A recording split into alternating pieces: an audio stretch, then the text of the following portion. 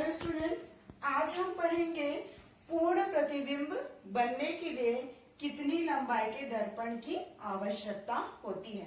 Generally ये question जो है वो एग्जाम में पूछा जाता है, तो आप लोग इसको अच्छे से ध्यान से देखिएगा और समझिएगा।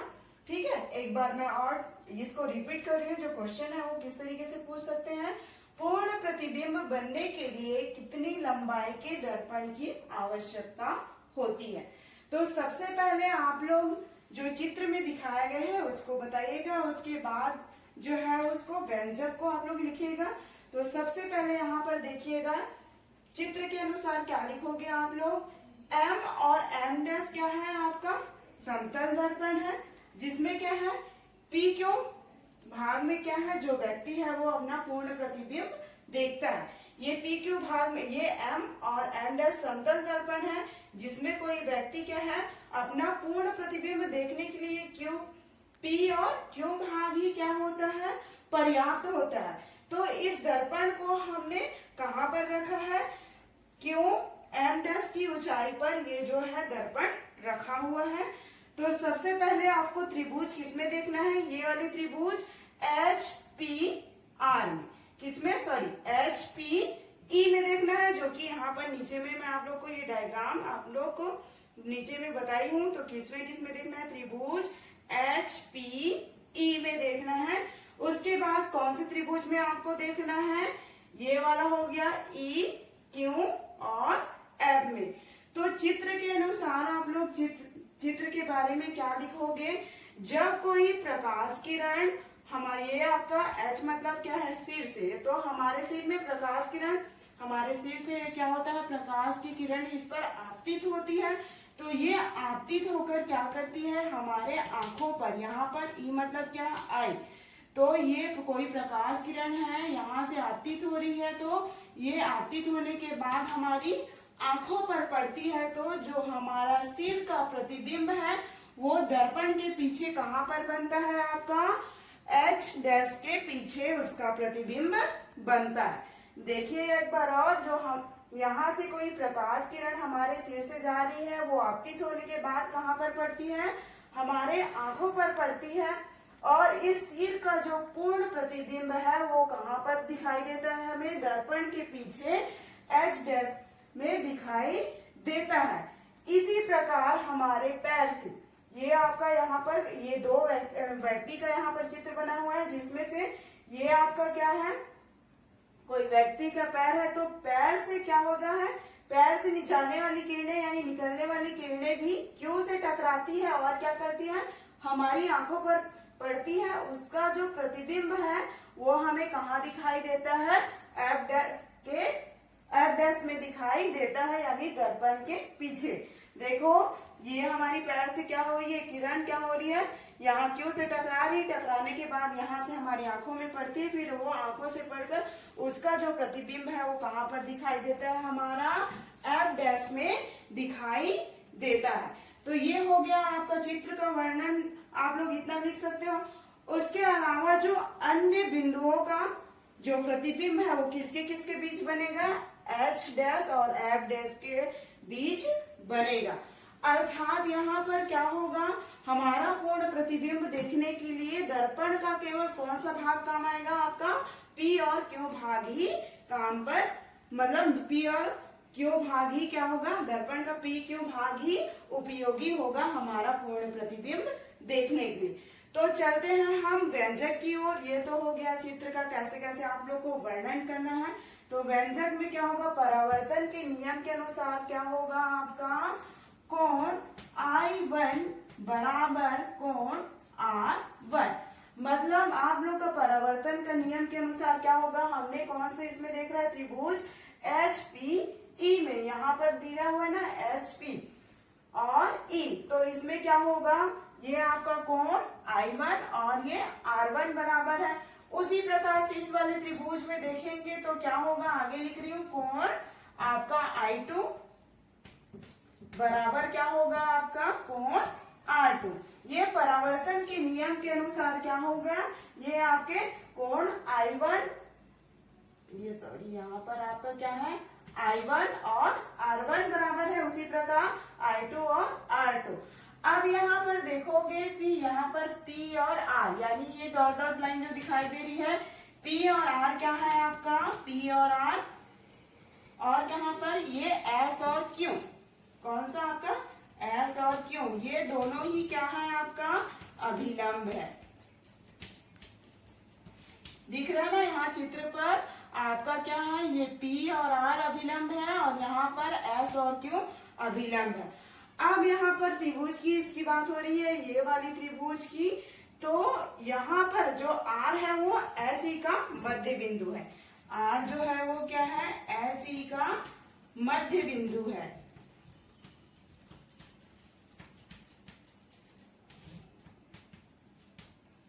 ठीक है, यहाँ पर देख रहे हो ना, ये H और E है, ये बीच में आप लोग को R दिखाई दे रहा है। जो R जो है वो क्या है, HE का मध्य बिंदु है। तो यहाँ पर क्या हो जाएगा, HE HR बराबर क्या हो जाएगा, RE। ठीक है, मान लो जाए इसका मान हमने 20 रख दिया है या फिर 10 रख दिया है। मान लो इसका मान किसका, HE का पूरे का मान, यानी यहाँ पर ये नीचे में देख रहे हो HE का मान हमने कितना रख दिया है, 10। तो ये क्या हो जाएगा, अब इसको हम HR और RE, तो ये दोनों ही बराबर है, HR बराबर क्या है, RE, तो हम इसको क्या लिख सकते हैं, HE बटे 2। ठीक है, HE बटे 2। अब यहाँ पर आप लोग देखोगे मैं जगह नहीं है तो यहाँ पर साइड में लिख देती हूँ, क्या हो जाएगा, HE बटे 2। अब यहाँ पर कंफ्यूज मत होइएगा, जैसे मैं एग्जाम्पल के रूप में बता दूं कि मान लो जहाँ मैंने इन दोनों का मान यानी HE का मान कितना रख दिया, 20 रख दिया, तो क्या हो जाएगा, बटे 2 कर दूंगी तो ये इसका मान और इसका मान क्या हो जाएगा, 10, और इसका मान 10। इस प्रकार से ये क्या हो जाएगा, HE का मान मैंने इस प्रकार से लिखा, HE बटे 2। अब उसी प्रकार आप लोग देखोगे, इसी प्रकार हम किसमें देखेंगे, इसी प्रकार कौन से त्रिभुज में देखोगे आप लोग, EQF में। EQF में देखोगे तो यहाँ पर क्या हो जाएगा, S जो है वो EF का मध्य बिंदु है। S जो है वो E, यहाँ पर चित्र में देख रहे हो E और F का मध्य बिंदु है।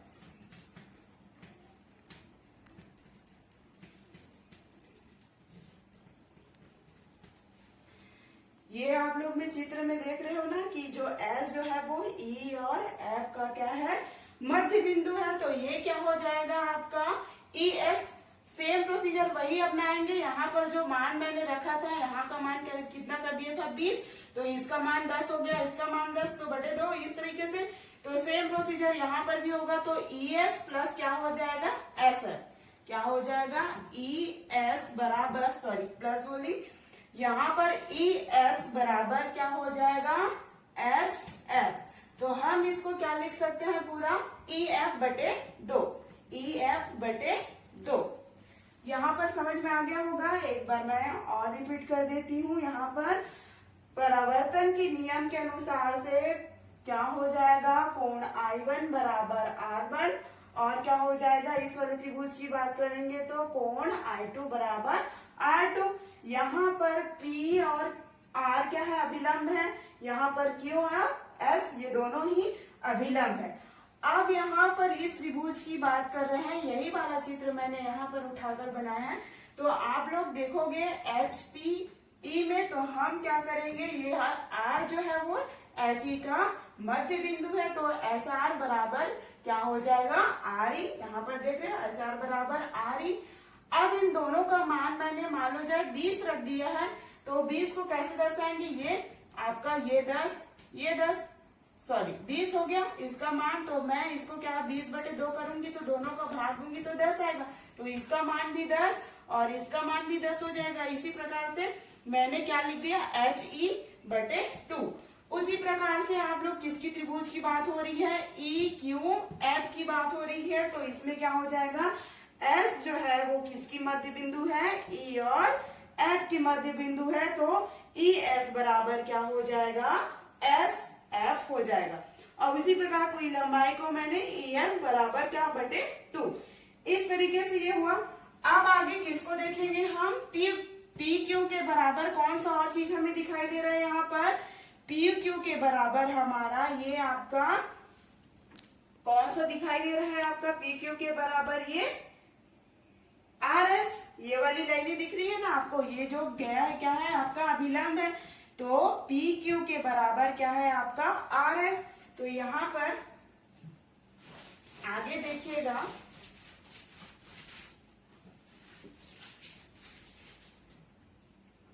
आगे क्या हो जाएगा आपका, पी क्यू के बराबर हमारा क्या दिखाई दे रहा है आर एस, तो पी क्यू बराबर क्या हो जाएगा आर एस।